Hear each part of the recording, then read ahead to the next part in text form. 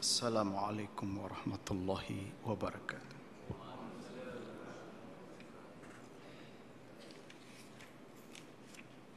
Bismillahirrahmanirrahim. Alhamdulillahi rabbil alamin. Imamil muttaqin, sayyidil huril muhajjalin, sayyidina wa maulana Muhammadin wa ala alihi wa ashabihi al-mujahidin naqtahirin amma ba'd. Allahu akbar, Allahu akbar, Allahu akbar. Pertama, saya mengajak kita umat Islam, marilah kita sama-sama mengucapkan rasa syukur di atas nikmat Islam. Kerana di pagi-pagi yang penuh dengan berkat ini, ramai di kalangan umat Islam yang datang ke rumah Allah, mereka ingat bahawa mereka itu orang-orang yang Islam. Membezakan mereka dengan orang-orang yang bukan Islam, kebanyakan di kalangan orang-orang Islam, pagi ini ramai yang tidur. Di ketika mana Allah menuntut kita umat Islam, diperintahkan kita untuk mengerjakan solat. Mengerjakan solat ini adalah menunjukkan tanda patuhnya kita kepada perintah Allah. Dan sesungguhnya nabi-nabi terdahulu bersolat. Tidak ada nabi yang tidak bersolat. Semua nabi-nabi bersolat. Bermula daripada nabi yang pertama sujud kepada Allah, Nabi Adam alaihissalam. Dan seterusnya kepada nabi-nabi yang kemudian. Maka kalau ditanya perintah solat itu, adakah solat itu bersujud kepada Allah itu hanya datang ketika mana Nabi Muhammad SAW? Sesungguhnya tidak. Kerana sesungguhnya semua nabi-nabi bersujud kepada Allah. Sebab itu nabi-nabi yang sebelum kedatangan baginda Nabi Muhammad SAW, nabi-nabi ini merupakan nabi yang Allah anugerahkan suatu tempat, yang mana tempat ini disucikan oleh Nabi Yaqub alaihissalam, ditegakkan batu dan ditasbihkan dengan minyak zaitun. Dan tempat ini akhirnya menjadi suatu tempat yang menjadi keagungan kepada pemerintahan nabi-nabi selepas itu. Dan tempat itu disucikan oleh Nabi Daud alaihissalam. Dan kemudiannya diwariskan kepada Nabi Sulaiman alaihissalam. Dan seterusnya kepada Nabi Imran alaihissalam. Dan dimuliakan oleh Nabi Zakaria alaihissalam. Dan seterusnya kepada Nabi Yahya alaihissalam. Dan yang terakhir Nabi daripada Bani Israel, yaitu Nabi Isa alaihissalam. Itulah kiblat yang pertama di kalangan orang Islam yang disebut dengan namanya Masjidil Aqsa. Dan Masjidil Aqsa itu merupakan tempat yang ketiga paling suci orang-orang Islam. Bahkan di dalam peristiwa Isra Mi'raj, Nabi Muhammad SAW diangkat daripada Masjidil Haram sampai ke Bukit Tursina. Dan selepas itu persinggahan yang terakhir di bumi, baginda diterbangkan sampai ke Masjidil Aqsa. Dan di situ baginda mengerjakan solat bersama dengan semua nabi-nabi yang Allah utuskan sebelum baginda. Dan selepas itu baginda diangkat Mi'raj sampai ke Sidratul Muntaha. Dibukakan pintu surga, baginda dinaikkan darjatnya sampai ke langit yang ketujuh dan disapa oleh Nabi Ibrahim alaihissalam. Ya Ibnu Soleh, wahai anak yang soleh, sampaikan salamku kepada umatmu ya anak-anak yang soleh. Mintalah di kalangan umat-umat kamu itu umat yang menanam pohon-pohon di surga. Yaitu ucapkanlah Alhamdulillah, Subhanallah, Alhamdulillah, Allahu Akbar. Dan sesungguhnya siapa yang mengucapkan 3 kalimah ini, mereka ini tergolong antara orang-orang yang sedang menanam pohon-pohon di surga. Ya Muhammad, sampaikan salamku kepada umatmu ya Muhammad. Maka baginda Nabi Muhammad SAW diangkat sampai Sidratul Muntaha. Daripada Sidratul Muntaha dibukakan satu lagi pintu, yaitu baginda masuk sampai ke kursi Allah. Hebatnya Nabi Muhammad SAW. Sebab itu dalam peristiwa hijrah baginda Nabi daripada Mekah ke Madinah, sampai di Madinah lebih kurang 6 bulan, 7 bulan yang terawal, sujudnya baginda Nabi Muhammad SAW itu sujud ke arah Masjidil Aqsa. Ramai di kalangan kita umat Islam hari ini tidak sedar Masjidil Aqsa ini merupakan kiblat pertama orang Islam. Dan ini disebut di dalam kitab Quran surah Al-Baqarah ayat 115, surah Al-Baqarah ayat 142, surah Al-Baqarah ayat 143, surah Al-Baqarah ayat 144. Bahawa kiblat yang pertama baginda Nabi Muhammad SAW adalah Masjidil Aqsa. Dan selepas itu baginda menadahkan tangan dengan jarinya di atas paras bahu. Ya Allah, ya Tuhan Maha Pencipta, sesungguhnya perkenankanlah, anugerahkanlah kami orang-orang Islam, yaitu kiblat yang baru menggantikan Masjidil Aqsa. Maka Allah memperkenankan doa baginda dan ditutupkan pintu surga daripada Masjidil Aqsa dan dibukakan pintu surga daripada Masjidil Haram. Allahu Akbar. Dan gembiranya penduduk-penduduk Madinah ketika mana hijrah baginda Nabi Muhammad SAW. Yang mana baru-baru ini kita menyambut perasaan hijrah. Ramai di kalangan kita orang-orang Islam, dia tahu berselawat ke atas Nabi ketika mana mengingat kepada peristiwa hijrah. Tetapi ramai di kalangan umat Islam tidak memahami peristiwa hijrah. Yang dia faham Nabi Muhammad berpindah daripada Mekah ke Madinah. Atas dasar apa baginda berpindah? Atas dasar perintah untuk menyampaikan kalimah la ilaha illallah. La ilaha illallah. Dan di Madinah itulah baginda Nabi Muhammad SAW didatangi oleh 60 perwakilan Kristian Najran. Ada Kristian yang namanya, pemimpin Kristian ini ada yang namanya Abdul Al-Masih. Ada pemimpin Kristian ini yang namanya Harisah Al-Qamah. Dan mereka datang kepada baginda Nabi. Maka disuruhkan oleh baginda Nabi, ya sahabi ya ahlal kitab, kul la ilaha illallah anna Muhammad Rasulullah. Masuklah Islam. Tetapi dijawab oleh ahli kitab, wahai Tuan Muhammad, kenapa kami perlu memeluk agama kamu Muhammad? Kamu suruh kami menyembah tiada lain yang disembah melainkan Allah. Kami dah sembah Allah lebih dulu lama daripada kamu Muhammad. Kenapa kami kena masuk ke agama kamu wahai Muhammad? Maka baginda Nabi menggariskan beberapa panduan, menjelaskan kepada ahli kitab, wahai ahli kitab, kamu terhina iman kamu kepada Allah kerana pertama kamu mengatakan anak Allah, kedua kamu menyembah salib, dan ketiga kamu makan khinzir. Fakta ini disebut di dalam kitab Asba al-Nuzul Al-Imam Hasan Ali bin Ahmad Naisaburi.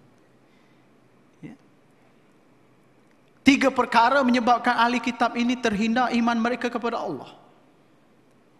Walaupun bila ditanya disebut di dalam kitab Quran, siapa yang menciptakan langit dan bumi? Nescaya mereka kata Allah. Siapa yang menurunkan hujan? Nescaya mereka kata Allah. Tetapi mereka tidak beriman kepada Allah.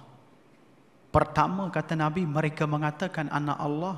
Kedua, mereka menyembah salib. Dan ketiga, mereka makan khinzir.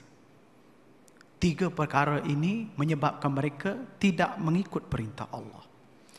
Sebab itu turunnya kitab wahyu-wahyu terdahulu, perintah yang pertama adalah mentauhidkan Allah. Membersihkan semua syirik. Membersihkan segala kekufuran.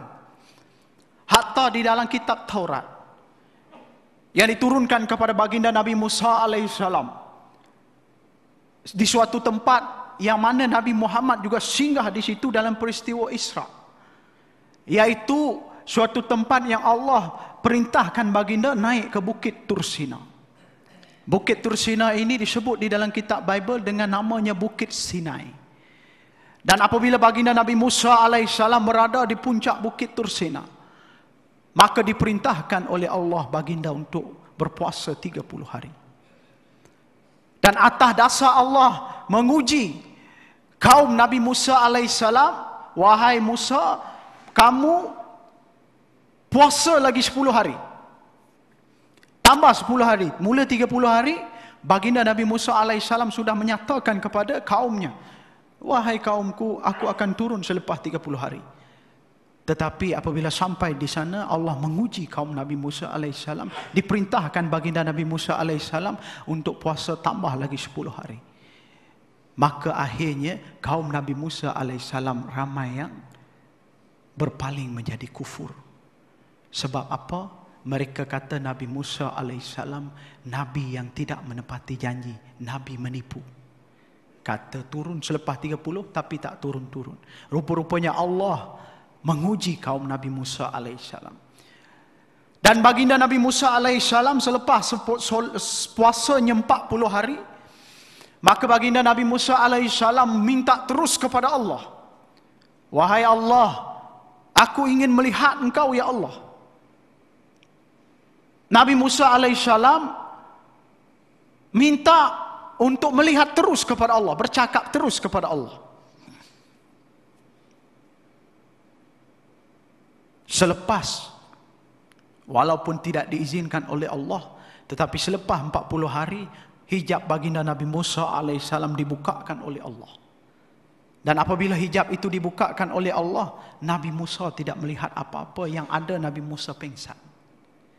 Ini disebut di dalam surah Al-A'raf ayat 145. Pingsan baginda Nabi Musa alaihissalam.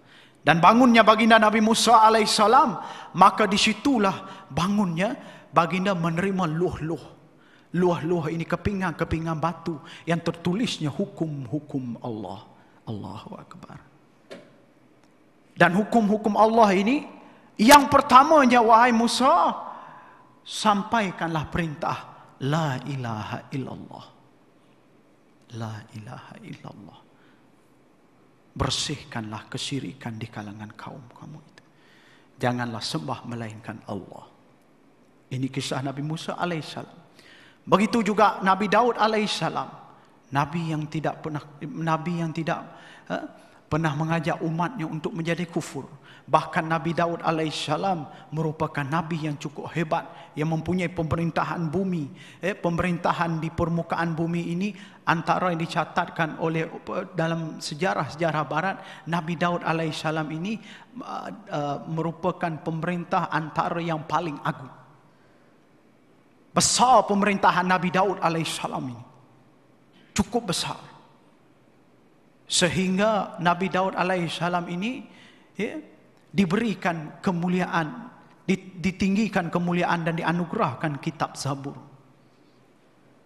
Ini tercatat di dalam sejarah-sejarah ensiklopedia barat menceritakan tentang agungnya kerajaan Nabi Daud alaihissalam. Dan juga selepas baginda Nabi Daud alaihissalam, maka diturunkan kuasa itu kepada Nabi Sulaiman alaihissalam. Dan diwariskan kepada Nabi Sulaiman alaihissalam. Kehebatan Nabi Sulaiman alaihissalam mempunyai irhas. Irhas ini anugerah Allah. Irhas ini mampu mengarahkan seluruh bala tentera yang tidak dapat dilihat, yang mampu dilihat dan yang tidak dapat dilihat. Ini kelebihan Nabi Sulaiman alaihissalam. Kelebihan Nabi Daud alaihissalam diberikan irhas oleh Allah. Berzikir, melantunkan zikir-zikir kepada Allah. Dan pokok-pokok dan binatang-binatang berzikir bersama baginda. Ini hebatnya Nabi Daud alaihissalam. Dan akhir sekali, Nabi yang diberi kitab terakhir daripada Nabi Bani Israel alaihissalam, yaitu Nabi Isa alaihissalam. Irhas baginda Nabi Isa alaihissalam ini, berdoanya Nabi Isa alaihissalam ini Allah makbulkan terus. Doa minta hidupkan orang yang mati, Allah makbul terus orang yang mati itu dihidupkan semula. Doa Nabi Isa alaihissalam untuk minta disembuhkan orang yang sakit, disembuhkan terus, Allah menurunkan kesembuhan ke atas mereka itu. Allahu Akbar. Dan irhas kepada Nabi Musa alaihissalam, menggunakan tongkatnya mampu membelah laut. Ini irhas Nabi yang tidak ada pada mana-mana manusia. Hanya Nabi yang mempunyai irhas ini. Mukjizat. Allahu Akbar. Dan perintah yang dibawa oleh Nabi Daud alaihissalam, Nabi Sulaiman alaihissalam, Nabi Isa alaihissalam, perintah pertama la ilaha illallah. La ilaha illallah. Dan akhirnya Nabi Muhammad sallallahu alaihi wasallam berhijrahnya baginda daripada Mekah ke Madinah diperintahkan oleh Allah untuk membawa kalimah la ilaha illallah. Sebab itu ahli-ahli sufi memelantunkan syair. Malikul mulk la syarika lahu wallahu la ilaha illahu Shams Tabriz गर खुदा तलबी खुशबू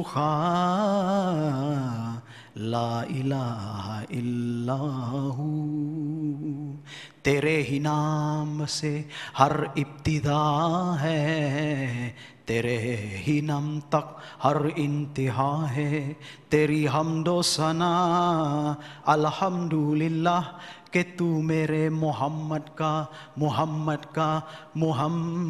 का खुदा है अल्लाहू हू अल्लाहू अल्लाहू Allahu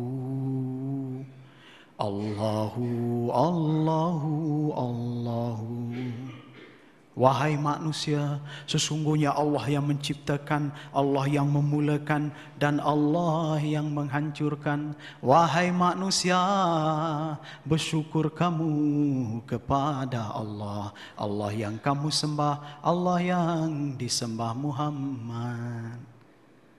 Allahu Akbar. Hadirin muslimin muslimat rahimakumullah. Ramai di kalangan orang Islam lupa hebatnya kalimah la ilaha illallah. Mulianya kalimah la ilaha illallah. Mulianya di kalangan orang Islam bila mengajak kepada kalimah la ilaha illallah. Inilah tugas baginda Nabi. Nabi kita orang Islam. Tugas Nabi membangunkan kalimah la ilaha illallah. Kerana dasar kewajipan kalimah la ilaha illallah itu, maka baginda Nabi juga diperintahkan oleh Allah untuk melaksanakan semua hukum-hukum. Yang mana hukum-hukum ini juga merupakan hukum-hukum yang diturunkan oleh Allah kepada nabi-nabi terdahulu. Dalam 2 siri saya pernah kuliah di surah Ar-Rahmah ini, saya pernah menceritakan hukum-hukum yang dilaksanakan di dalam agama Islam itu merupakan hukum-hukum yang pernah Allah turunkan kepada nabi-nabi terdahulu. Tapi sejarah ini orang Islam tinggal. Kerana itulah akhirnya orang Islam dia tidak faham tuntutan dalam Quran. Dia ingat Quran itu hanya turun, isi-isi dalam Quran itu, perintah-perintah dalam Quran itu hanya turun ketika mana Nabi Muhammad SAW. Perintah itu sebenarnya tidak. Perintah itu Allah dah turun lama kepada nabi-nabi terdahulu, dan akhirnya di kalangan umat Islam dan baginda Nabi Muhammad SAW mengagungkan seluruh hukum-hukum ini, dan sunnah nabi-nabi terdahulu tidak ada satu pun yang ditinggalkan oleh baginda Nabi Muhammad SAW. Tapi hari ini kita umat Islam luntur perasaan itu, kehebatan untuk memahami hukum ini. Rapuh tuan-tuan. Hari ini anak-anak muda sudah tidak tahu kenapa orang Islam perlu bertudung. Hari ini anak-anak muda sudah mengatakan solat tidak wajib. Hari ini anak-anak muda ramai yang menegur arak. Hari ini anak-anak muda tak tahu nak bezakan antara haramnya main judi. Dia ingat suka-suka main judi. Maksudnya kita tidak faham. Ramai di kalangan anak-anak kita orang Islam tidak faham. Yang kita dalam surau ni beruntung tuan-tuan. Yang sedihnya orang-orang Islam yang di luar, anak-anak kita yang di luar. Hari ini kita bergaduh dalam soal-soal yang kecil, tetapi soal yang besar kita banyak yang terlepas pandang. Perbezaan antara memahami hukum. Sebagai contoh hukumnya tersentuh anjing memegang anjing. Dan juga dalam perkara hukumnya arak. Kita bergaduh anjing, lebih anjing daripada anjing. Yang anjing itu kita gaduh sungguh-sungguh. Yang arak ini bukan soalnya sekali anjuran. Ini arak ini, sejak kita merdeka lagi arak ini, berleluasa ini. Sejak zaman dulu-dulu lagi. Dalam perkara di kalangan umat Islam yang suka bergaduh tentang perkara anjing ini, dia tak faham yang dia itu tidak memahami mazhab Imam Syafi'i. Imam Syafi'i ini imam mulia. Imam yang mempunyai kelebihan yang diberi oleh Allah. Imam Syafi'i sudah meletakkan garis panduan, sentuh anjing, penyelesaian dia sama. Kenapa orang Islam susah sangat nak sebut perkara sama ini? Dia lebih suka bergaduh tentang haramnya menyentuh anjing. Yang sama ini tidak dibincang.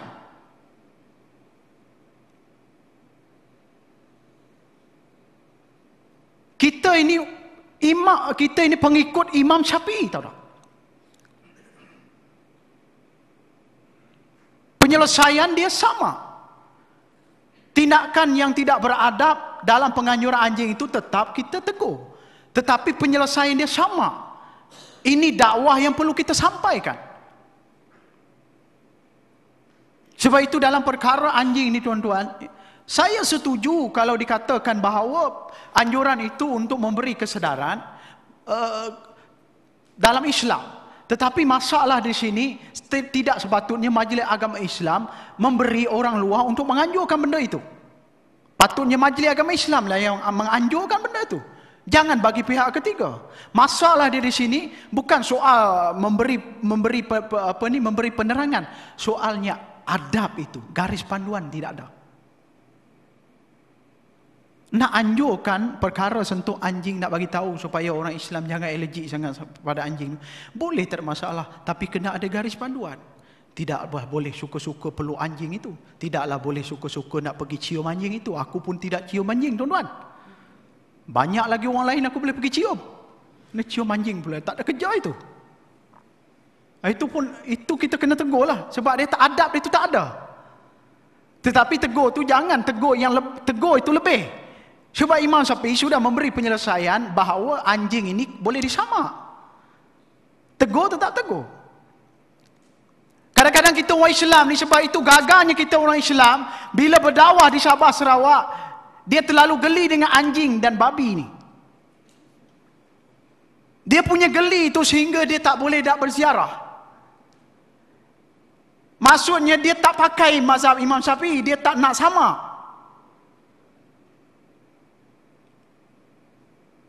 Itu masalah kita orang Islam ni, masalah jiwa ini. Kalau menurut Imam Malik tak payah sama pun. Tetapi kerana kita mengikut Imam Syafi'i, Imam Syafi'i ini lebih teliti dalam perkara bersuci, maka kena sama. Oh, dia kata, jangan sentuh anjing, nanti sentuh anjing susah kita nak sama. Susah apa kebendanya?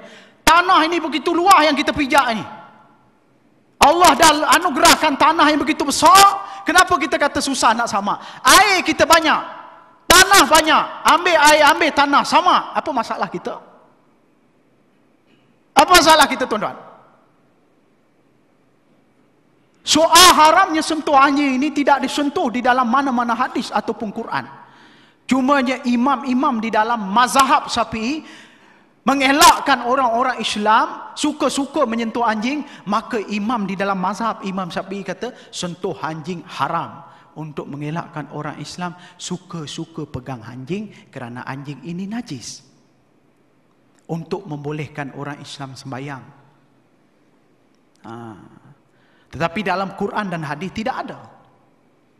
Tetapi tidak ada masalah lah kalau imam-imam sudah kata haram, haramlah, supaya kita tidak sentuh sebarang-sebarang. Tetapi dalam perkara arak ini ada 4 nas dia daripada Quran. Bukan kecil, 4. Surah An-Nahl ayat 67, Surah Al-Baqarah ayat 219, Surah An-Nisa ayat 43, Surah Al-Ma'idah ayat 94 ini. Besar dia punya haram ini. Tetapi kita tidak gaduh arak ini daripada zaman dulu sampai hari ini, tak gaduh ini. Tuan-tuan, malam tadi saya baru lepas buat berjalan-jalan. Saya suka sangat nak bawa jemaah kita dan surau ni. Jangan duduk dalam surau saya. Tengok dunia luar sikit. Tuan-tuan kalau nak ikut saya berjalan, lepas kopiah, lepas jubah. Tuan-tuan nak pergi mana? Pilih. Jalan Nagasari, Jalan Durai Sami, Jalan Cangkat. Mana tuan-tuan nak pergi? Zouk, Loft, P11, V11, Movida, Reggae, Luna Bar. Mana tuan-tuan nak pergi? Saya boleh bawa. Tuan-tuan pergi kat Jalan Durai Sami tu, V11 nama kelab tu. Dalam tu penuh dengan orang Islam, penuh orang Islam dalam tu.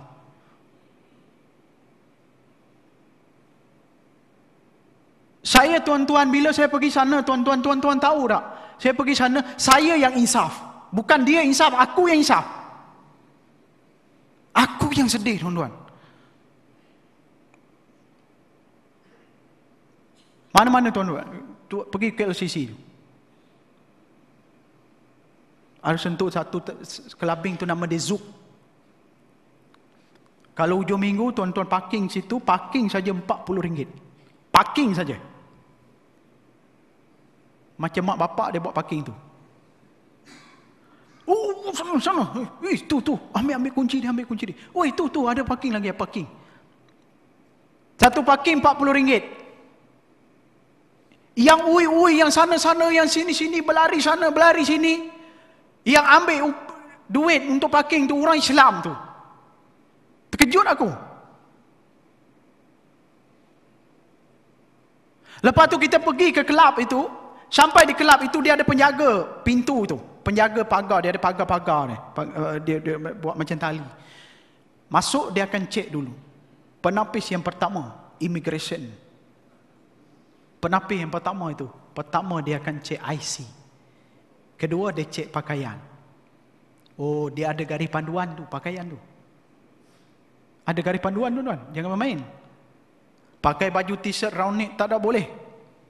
Oh, nehi, keluar. Tak boleh.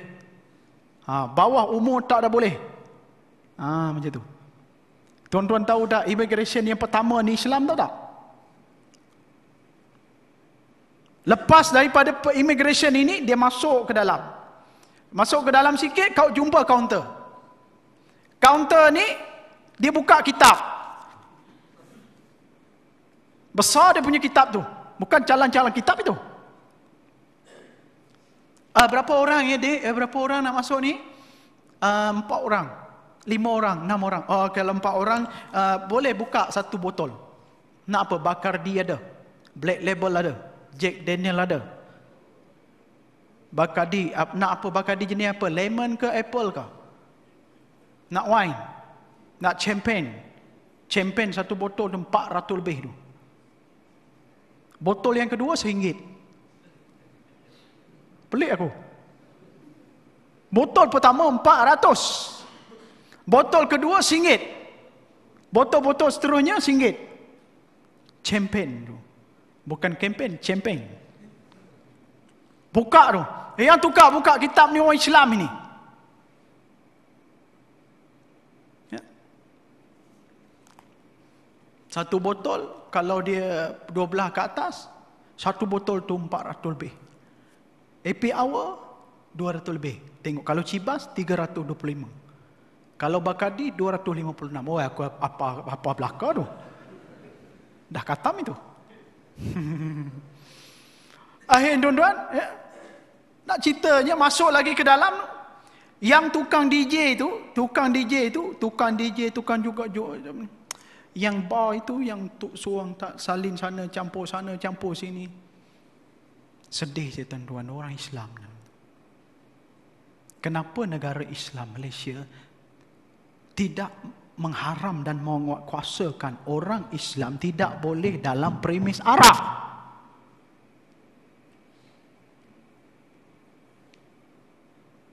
Tugas ini tugas pemerintah ini. Ini tugas mufti-mufti ini.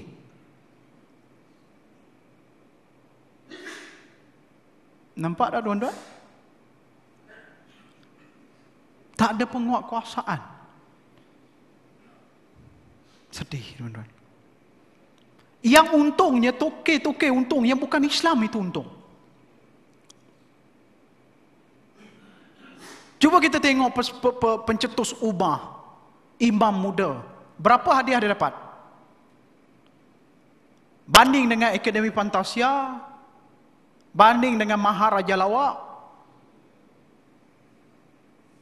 Maharaja Lawak, dah banyak sangat lawak sungguh tuan-tuan dekat TV tu. Maharaja Lawak, Super Lawak, Biawak. Kenapa dia tak ambil Biawak sekali kat situ? Gegar Baganza, kilauan emas. Apa nak kilau-kilau lagi emas tu? Emas tu dah nak reput dah. Patutnya dia datang masjid, datang surau. Bukan umur tu kita menggalakkan orang-orang ini, mereka lalai. Tidak boleh ini. Negara Islam tidak boleh ini. Tetapi tengok siapa yang untung. Astro. Siapa ketua Astro? Siapa toke-toke dia? Maharaja Lawak buat lawak bodoh. Dapat 500,000. Setengah juta itu. Tilawah Quran berapa tuan-tuan?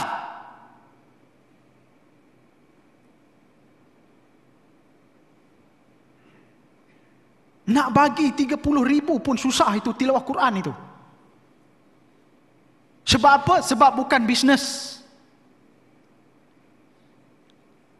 Hari ini orang-orang bukan Islam, dia berjaya melumpuhkan iman orang Islam. Anak muda Akademi Fantasia, sia-sia dah. Orang tua dia buat lagi kilauan emas. Orang yang suka bergelak dia buat lagi Maharaja Lawak. Mufti dah kata haram, dah hantar SMS tu. Mana penguatkuasaan? Kalau soal kalimah Allah, soal kitab Bible, sekejap aja itu. Rampas itu, sekejap je itu. Yang ini tak kuat-kuasa. Mufti kata haram, hantar SMS. Mufti kata haram. Tak ada penguatkuasa. Sebab untung semua. Orang Islam pun dapat sahab sekali dalam tu. Sebab itu tuan-tuan, antara anjing dengan arak tadi itu tuan-tuan, arak ini dah cukup lama tuan-tuan. Ini bukan soal pegang anjing. Ini soal pegang neraka ini. Pegang neraka ini arak ini. Ini tugas kita tuan-tuan. Tapi hari ini tuan-tuan, banyak di kalangan orang-orang Islam ini, dia sudah cacat merba di kalangan. Kerana apa? Pemahaman dia tidak sampai roh Islam itu pada dia. Sebab mereka melihat benda yang di atas. Yang penting tidak didahulukan, yang remeh itu yang diutamakan. Itu kesilapan kita umat Islam hari ini tuan-tuan. Jadi akhirnya ramai di kalangan kita umat Islam makin jauh daripada membawa perintah Nabi itu. La ilaha illallah itu. Membawa itu. Kalau sampai di Sabah Sarawak tuan-tuan, sampai di Sabah Sarawak. Tapi alhamdulillah hari ini di kalangan umat Islam muncul satu mereka mula ziarah dakwah di kawasan kami. Sebab kami tak mampu nak buat, kami saja tak mampu tuan-tuan. Kami ini hanya boleh duduk di sana memudahkan pendakwah-pendakwah itu. Pendakwah datang, dia Islamkan pihak-pihak kami yang duduk di sana, kita akan jaga. Itu. Tapi orang Islam kena bantu. Kalau zaman dulu ada satu persatuan ni, persatuan besar ni. Dia datang Sabah. Islam orang, Islam. Memang ramai masuk Islam. Orang-orang Kristian pun tak kisah. Nak masuk, masuklah. Nak masuk, masuklah. Salah satu daripada kaedah yang silap di kalangan kita orang Islam bila masuk berdakwah di sana, kita membawa material untuk dia masuk Islam. Bila masuk Islam aja ada sagu hati. Wawa ada sagu hati. Ini salah ini. Tidak boleh ini. Setiap masuk Islam, sumbangan ini, sumbangan tu. Jangan buat macam tu tuan. Orang Kristian suka. Dia kata masuklah, masuklah. Hari ini kamu bawa 1,000, Minggu depan orang Kristian bawa 3,000. Dia counter balik, cuci bagi habis. Hilang akidah Islam tu. Itu yang sampai 17 kali masuk Islam. Kalau 17 kali khatam tu hebat, itu 17 kali masuk Islam. Masuk penawar Islam, dia bawa ini, lepas tu Kristian masuk, dia bawa lagi besar. Bina lagi gereja dan sebagainya. Kesilapan orang-orang kita Islam bila menyampaikan dakwah, dia tidak tahu pentingnya membina tempat sembahyang untuk orang-orang mualaf di sana.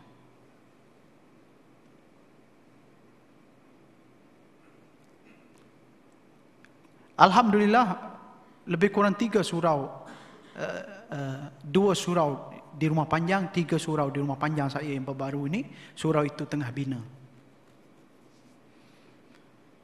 Saya digelak oleh sahabat-sahabat. Rumah Panjang saya ada lebih kurang 20 orang Islam. Daripada populasi 80 keluarga. 20. Dia gelak sebab saya kata nak buat surau.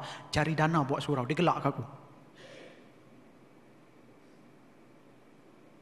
Tak apa, saya kata.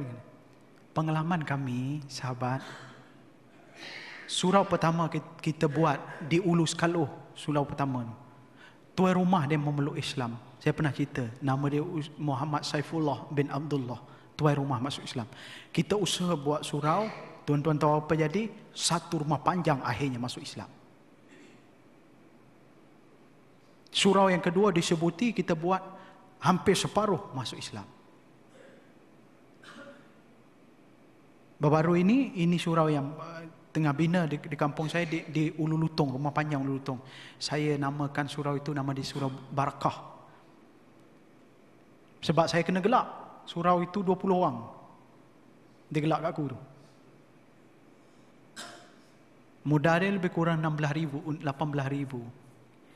Ini kita buat surau-surau yang kecil. Sebab apa nama ni tuan-tuan? Sana kita punya kos ini tak macam Semenanjung. Yang kami tertekan sekarang ni tuan-tuan di Sabah dan Sarawak ni tertekan, tuan dah tahu. Apabila bayang-bayang GST tu. Bayang saja itu. Belum laksana lagi, itu bayang-bayang dia saja itu. Bayang-bayang GST saja kata nak dilaksana, tak laksana lagi.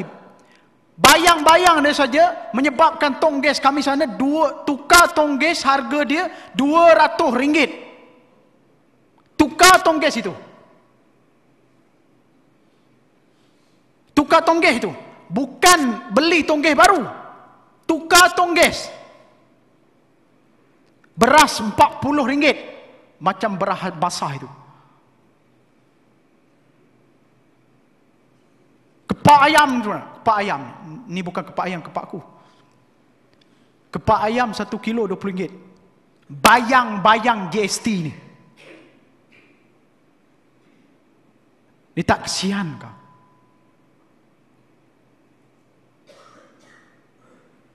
Minyak petrol, kami dah berzaman beli minyak petrol yang harga dia RM4 1 liter.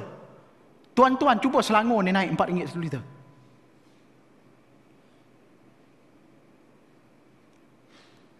Mula dulu RM4. Lepas tu turun jadi RM4.5. Naik jadi RM4.5. Hari ini RM5. Alhamdulillah, syukur itu. Tidak kesian, tuan-tuan. Kamu tak ada perasaan kah? Kami di berdakwah ni tak ada income tetap, tahu tak? Semuanya hasil daripada sumbangan orang. Dia tak kesian kah? Itu yang jadinya Express itu dulu tu yang sampai telungkup itu mati ratusan, berapa puluh orang mati itu, tuan-tuan. Berasak dalam tu sebab tak cukup. Sebab apa? Pakai jalan darat, tambang dia 200. Jalan darat itu sahala 200 lebih itu. Yang paling murah Express. Itu pun masih lagi keluar berita mengatakan orang Sarawak ini kerekut. Tak nak pakai jalan darat. Nak pakai jalan darat apa sahala sampai 200 lebih tambang itu. Pakai ekspres, murah. Akhirnya semua kat situ. Semua kat situ, terungkop habis. Mati beramai-ramai kat itu, berjemaah mati dulu. Dia tak kesian kah? Tak kesian kah? Tak ada hati perut kah? Benda-benda macam ni menyakitkan. Menyakitkan, tuan-tuan. Kami sana kalau nak bina surau, tak sanggup nak kata nak buat surau, rumah batu dan sebagainya. Papan pun, kayu pun kami hampir-hampir tak mampu nak buat. Tuan-tuan tahu batu itu, 1 tan batu itu, harga dia 100 lebih je sikit. Dia punya tambang itu 300 lebih. Tuan-tuan. Itulah keadaan kami di sana. Hari ini itulah keadaan kami di sana, tuan-tuan. Tapi ramai di kalangan orang hari ini terlepas pandang tugas-tugas orang yang menyampaikan Islam di sana. Itu akhirnya, tuan-tuan. Tetapi tidaklah menjadikan kita putus asa sebab benda-benda macam ni. Kita doa kepada Allah, mudah-mudahan ada penyelesaiannya. Tapi yang sangat sakit sekarang ni GST itulah.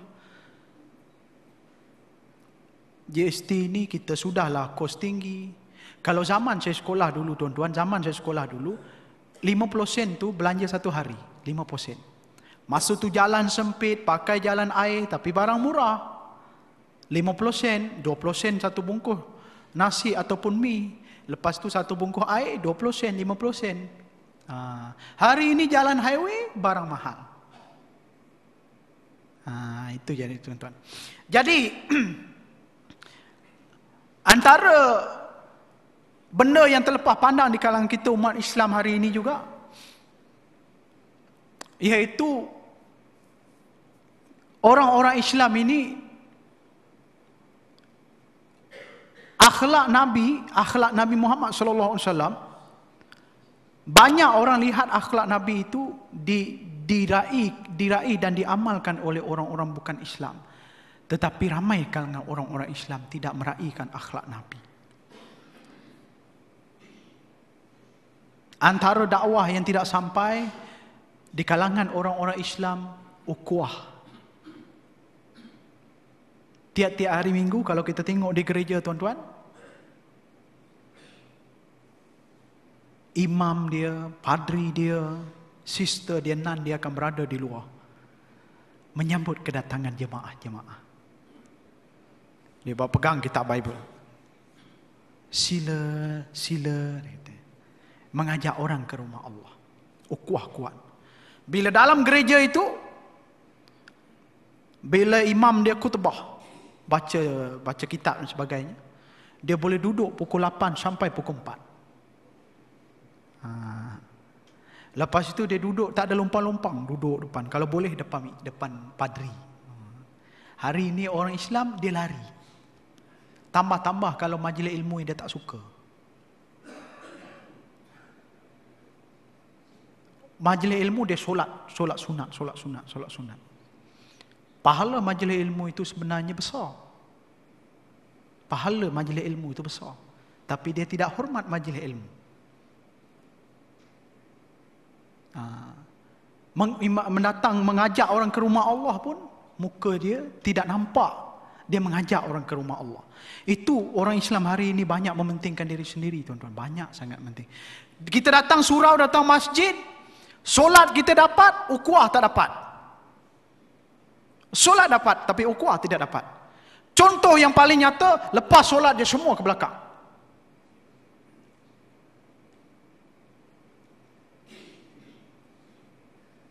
Ini gambaran kepada perpaduan Islam. Macam mana yang kita dikatakan umat Nabi Muhammad sallallahu alaihi wasallam. Kalau di Eropah, tuan-tuan, Eropah baru-baru ni saya forum bersama dengan bekas esko kerajaan, bekas esko agama kerajaan negeri Selangor, yang berhormat Ustaz Salihin. Cerita soal arak dan hudud daripada 2 kitab, Bible dan Quran. Dia cerita dia pergi UK daripada Cardiff tu, kereta api. Dia pelik, dia tengok longgokkan handphone. Banyak longgokkan handphone situ. Dia kata, tanya kenapa banyak sangat handphone ni? Oh, handphone ni handphone orang yang tertinggal dekat kereta api, dia tunggu orang datang menuntutnya. Banyak sungguh. Itu negara kafir tau. Ya? Kalau kita sini tuan-tuan, tak ada longgok tu, hilang semua tu. Nampak tak? Di Jepun pun sama. Ya. Kalau payung tinggal dalam teksi, dia akan cari balik rumah kamu tu. Dia ketuk kalau boleh dijadi. Dia hantar payung itu. Payung. Oh, kita habis dikepas. Nampak tak akhlak itu? Tapi hari ini, kenapa orang akhirnya berminat kepada agama orang lain, dia tak minat kepada agama Islam? Kenapa tuan-tuan?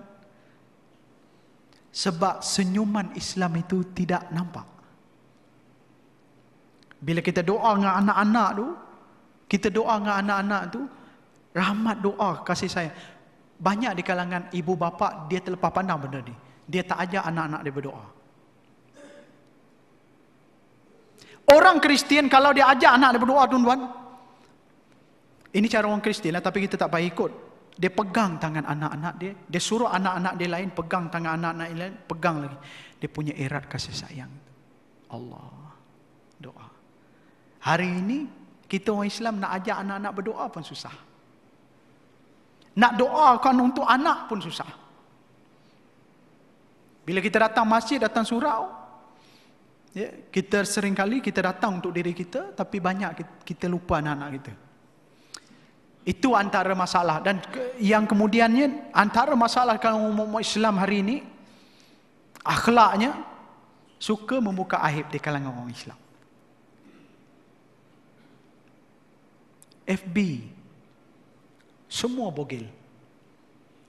Cerita orang Islam semua keluar. Orang Kristian hampir tidak kedengaran aib orang Kristian, orang bukan Islam. Tapi orang Islam banyak membuka aib di kalangan mereka. Sedangkan baginda Nabi Muhammad SAW, Nabi menutup aib para sahabat. Jadi ini antara yang kita belajar, tuan-tuan. Jadi sebab itu, banyak di kalangan kita tidak faham peristiwa hijrah. Baginda Nabi Muhammad SAW melakukan hijrah sekali saja. Tapi kesan hijrah itu besar. Ramai orang-orang memeluk Islam.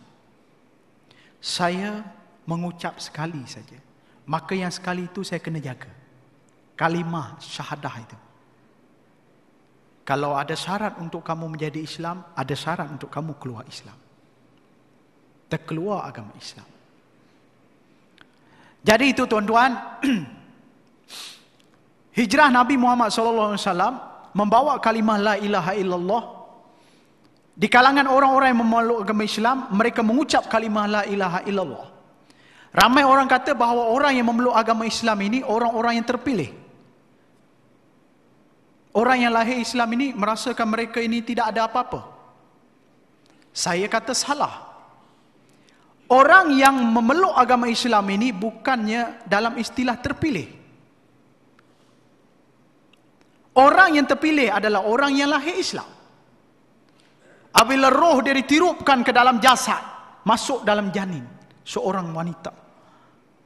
Apabila dia lahir, selepas 9 bulan 9 hari, terpilih dia mendengar kalimah la ilaha illallah, mendengar azan dan iqamat.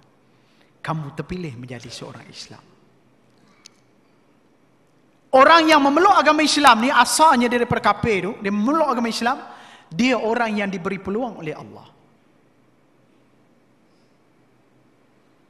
Dia diberi peluang oleh Allah. Maksudnya orang-orang yang lahir Islam ini orang-orang yang terpilih. You are the chosen one. Tetapi orang yang memeluk Islam ni, dia datang menyusul kemudian. Dia diberi peluang oleh Allah untuk masuk ke surga Allah. Tapi hari ini orang-orang Islam, bila dia kata kami lahir Islam banyak, saya kata jangan. Saya kata, kamu ini orang yang terpilih, kamu kena memberi contoh yang baik kepada orang-orang bukan Islam, kepada orang-orang yang baru memeluk agama Islam. Bagi saya, bila disebut mu'alaf, mereka ini orang-orang yang hati dia sudah Islam, tetapi dia tidak lagi bersaksi dia menjadi Islam. Tapi hari ini kita orang Islam mengatakan bahawa orang yang baru memeluk Islam itu adalah mu'alaf. Sebenarnya tidak tepat itu. Bila dia sudah mengucap kalimah la ilaha illallah, dia bukan lagi mu'alaf, dia Islam. Sebelum dia mengucap kalimah la ilaha illallah, dia orang mu'alaf. Hati dia berjinak-jinak dengan Islam. Sebab itu saya suka kongsi antara pengalaman saya, tuan-tuan. Beza sebelum mengucap dan selepas mengucap. Maka masa sebelum mengucap, tuan-tuan, masa saya zaman sekolah saya dulu, masa sebelum mengucap, 2 tahun itu, tingkatan 4, tingkatan 5, saya letak kitab Bible di depan saya berdoa. Masa tu hati saya sudah berjinak dengan Islam. Saya berdoa. Doa saya macam ni. Orang Kristian doa dia macam mana tu? Macam ni? Bukan. Ini Buddha. Macam ni? Pun bukan.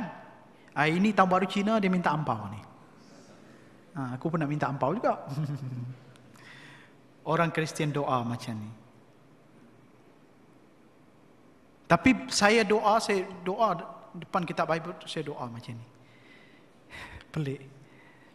Ya Allah, ya Tuhanku, Engkau berikanlah petunjuk, ya Allah. Engkau jadikanlah aku orang pandai, ya Allah. Engkau jadikanlah aku orang yang berilmu, ya Allah. 2 tahun tiap-tiap pagi saya doa pada Allah dengan nama Allah, dengan nama Allah. Ya Allah, Kau berikanlah aku menang. Aku nak masuk pertandingan karaoke ni, ya Allah.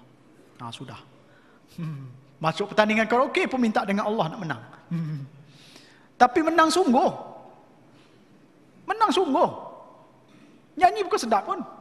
Tak pernah masuk pertandingan karaoke pun. Minta doa dengan Allah, menang. Ya Allah, jadikanlah aku orang yang pandai, ya Allah. Alhamdulillah, tingkatan 4, tingkatan 5 jadi pelajar terbaik. Tingkatan 5 pelajar terbaik, pelajar contoh, dan dapat anugerah setiausaha kerajaan negeri. Tapi saya bukan SU negeri lah, bukan. Anugerah untuk pelajar cemerlang. Ya. Dapat SPM pangkat 1, aggregate 12. Oh, hebat. Tapi bangang juga, matematik bahasa Inggeris gagal. Semua dia bagus. Matematik bahasa Inggeris gagal. Sudah sangkut. Minta UPU tak lepas. Unit pusat universiti. Tak lepas. Doa. Masa tu saya belum Islam. Banyak doa saya makbul. Saya dah genting sangat duit, dah tak ada duit. Ya Allah, ya Tuhanku, berikanlah penyelesaian, ya Allah. Tiba-tiba kawan panggil. Malam ni kita ada function, ya, boleh datang tak? Oh, Alhamdulillah. Gaji RM40 semalam. Duit dah tak ada. Tinggal korek duit tabung ni, pergi tambang, pergi kerja. Balik kerja dapat duit, sign. Pergi kerja kat hotel. Masa doa tu, ya Allah. Tak putus doa daripada tingkatan 4, tingkatan 5. Tak putus. Masa tu saya dah mula hati saya menyebut Allah. Doa. Tapi masalah ni, tuan-tuan, bila saya sudah mengucap 8 tahun merana, banyak doa yang tidak dapat. Oh, tension, tuan-tuan, ya Allah. Nak keluar Islam pun pernah. Sebab terlalu tekanan. Sebab itu, tuan-tuan, hari ini baru saya nampak perbezaan itu, tuan-tuan. Tuan-tuan tahu apa? Kenapa doa-doa orang-orang Islam ni, doa keduniaan dia banyak tidak makbul. Tapi doa orang bukan Islam, doa keduniaan banyak makbul. Bila saya sudah mengucap kalimah syahadah itu, punya susah itu, tuan-tuan, saya baru terfikir, kenapalah aku zaman dulu, masa zaman doa makbul tu, aku tak minta menang loteri ke, jadi kaya ke. Mungkin dapat tu kalau menang loteri tu. Beli juga loteri tu. Lepas masuk Islam pun saya pernah beli loteri. Sebab susah sangat, tuan-tuan, dah tak tahu nak cari duit kat mana. Cari duit. Beli loteri tak kena. Ibu saya kena berkali-kali loteri. Saya tak pernah kena loteri. Ibu kena paling tinggi dia punya nilai loteri, dia pernah kena 25,000. Banyak, tuan-tuan? Tidak banyak itu. Sekejap je, sebulan habis. Lepas tu dia menjerit balik, tak ada duit. Sebulan.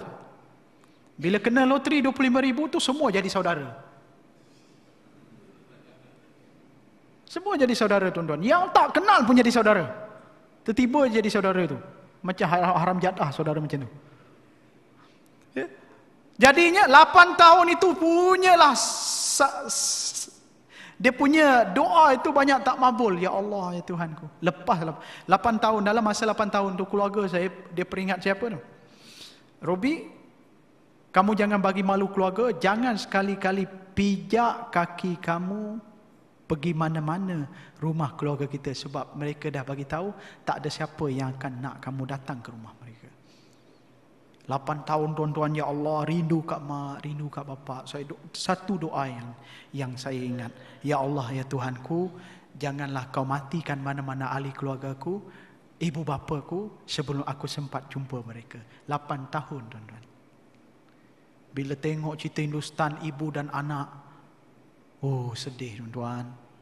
Tambah-tambah lagu Muhammad Rafi, Lata Mangeshkar, dia sebut nama mak. एक प्यार का नगमा है, मौसम सवानी है, जिंदगी और कुछ भी नहीं, तेरी मेरी कहानी है, एक प्यार का नगमा है, ha ha ha ha ha. Allah, sedih.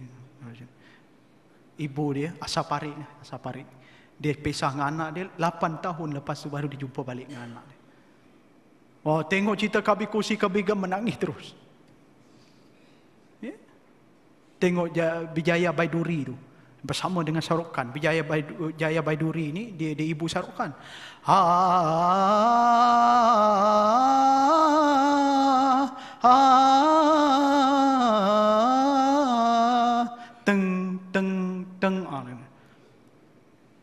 Oh, sedihnya, ya Allah tuan-tuan, sebab terlalu rindu dengan mak bapak. Sebab masa zaman saya daripada sekolah tu, mak bapak saya dah bercerai. Tapi akhirnya lepas 8 tahun tu tuan-tuan, bila saya berjaya jadi pengacara di TV Al-Hijrah, keluar kampung semua bercerita, anak kamu keluar TV lah, tiap minggu keluar TV, anak kamu dia jadi artis lah. Baru keluarga saya cari saya. Sebab apa? Sebab dah berjaya. Hari ini kita terlepas pandang orang-orang memeluk Islam ni, kadang-kadang terlupa nak tanya latar belakang keluarga dia. Kalau latar belakang keluarga dia susah, maka kita kena bantu dia untuk jadi seorang anak yang senang, berjaya. InsyaAllah keluarga dia boleh terima dia. Keluarga saya daripada latar belakang yang agak susah, bila saya menjadi seorang berjaya, dia orang boleh terima. Kalau kita susah, itu jadi masalah. Dia kata, dahlah kamu masuk Islam, kamu jadi buat masalah pula ke keluarga. Itu. Tapi hari ini alhamdulillah tuan-tuan, hidayah itu hebat. Apa yang saya nak kongsikan tuan-tuan, hari 28 hari bulan Ogos baru ni tahun 2014, saya dijemput oleh Mufti Negeri Selangor, Mufti Johor, Jabatan Agama Islam Johor, Kerajaan Negeri Johor dan Kerajaan Negeri Sarawak, bertempat di Dewan Iskandar Johor. Satu event yang dinamakan penutupan perayaan gawai peringkat negeri Johor. Pelik bunyi tu. Tutup gawai dekat negeri Johor. Yang cuti negeri Sarawak, Johor tak cuti gawai. Tapi ada majlis penutupan hari gawai peringkat negeri Johor. Ya, tapi tak apalah yang tu, sebab jabatan agama nak buat. Dan pelancaran Persatuan Dayak Muslim Johor Bahru. Di Johor Bahru mencatatkan kemasukan orang Dayak Kristian masuk Islam dengan statistik lebih daripada 10,000. Daripada populasi 100,000 populasi orang-orang Dayak di seluruh negeri Johor. Di Johor Bahru itu mencatatkan 10,000 lebih. Allahu Akbar. Hebat. Hebat. Antara negeri yang saya suka, dua negeri ini. Maksud saya dua negeri ini yang saya berpengalaman. Negeri Johor satu, negeri Kelantan satu. Negeri Kelantan Masa itu menteri besar dia, mantan menteri besar hari ini, Tok Guru. Ya. Saya dijemput program 3 hari bersama Tok Guru, dan satu programnya di Perkim Pangkalan Cepaka. Sampai di situ saya yang segan. Tok Guru sebelah. Saya ceramah depan Tok Guru pula tu. Ya. 700 peserta, separuh peserta itu mualaf yang dibiayai oleh kerajaan negeri Johor, kerajaan negeri Kelantan dan Perkim Kelantan. Bila tanya saya daripada Sarawak, oh suka. Adik mana? Oh aku Iban kutu. Aku Iban datang harinya no. Oh Iban wan ka. Sudah. Tuan-tuan tak faham. Aku fahamlah bahasaku. Oh Iban. Nuan belajar nama? Oh aku belajar Usuluddin Ustaz. Oh dia cerita. Nuan belajar nama? Aku tahfiz Quran Ustaz. Allahu Akbar. Hebatnya Islam itu digigit dengan lidah ibunda. Allahu Akbar.